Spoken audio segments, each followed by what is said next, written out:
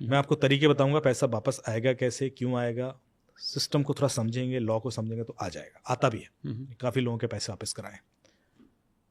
एक व्यक्ति का तो मैंने 188 करोड़ वापस कराया जर्मनी के अकाउंट से जो गया था, तो होप दे रहा हूँ 700-800 करोड़ करीब मैं करा चुका हूँ। रेडियो स्टेशन के भी कुछ लोगों के पैसे वापस आए थे, तो इसलिए आता है पैसा, भरोसा रखिए आ जाता है। लेकिन तरीका क्या है बता देता हूँ।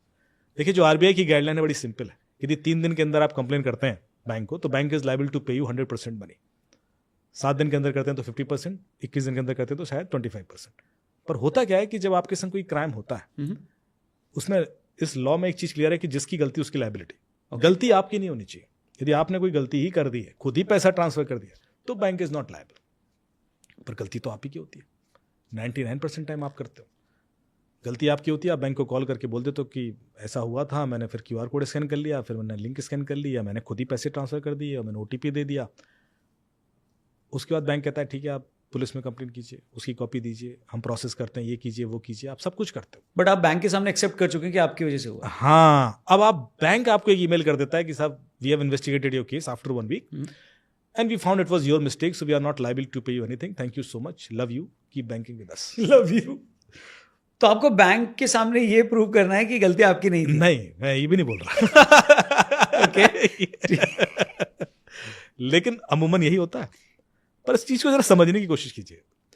गलती आपकी थी, आप ही ने बैंक को बताया था, और तो कोई बैंक के पास तरीका नहीं था। और उसके बाद बैंक ने इन्वेस्टिगेट क्या किया? बैंक ने आपको क्या मनी ट्रेल दिया, ये बताया कि आपका पैसा वहां गया था, मैंने इतना लॉक करा दिया तो इतना तो वापस आ जाएगा, या इतना तो हमने रोक लिया, क्योंकि आपने तो तुरंत बता दिया। मान लो आपने आधे घंटे में बता दिया, तो बैंक को कहीं तो रोक लेना चाहिए ना कुछ पैसा। 50,000 था तो कम से कम 20,000 दिलवा दो वापस। ठीक है। उसके बाद का कोई डिटेल बैंक नहीं देता, जो आपका राइट से मांगना। तो आप मांगिए कि ये तो चलो हो गया, मेरा पैसा गया कहां और कहां लॉक है, उसमें है नहीं है, उसका ओनर का डिटेल दीजिए। तो ये जो राइट है उसको लोग इस्तेमाल नहीं करते, पहली चीज। दूसरा, बैंक को ये बताना जरूरी है कि किसने मेरा पैसा लिया। देखिए यूके में तो ये कर दिया कि 100% बैंक ही देगा। तो लेकिन इसमें एक छोटा सा एक और कैच है जिसका आप इस्तेमाल कर सकते हैं। दुनिया में कोई भी साइबर क्राइम से पहले एक साइबर क्राइम हो चुका होता है। जब आपके संग कोई साइबर क्राइम हो रहा होता है ना, उससे पहले एक और हो चुका होता है, ठीक है, जिसके बारे में आपको पता नहीं होता।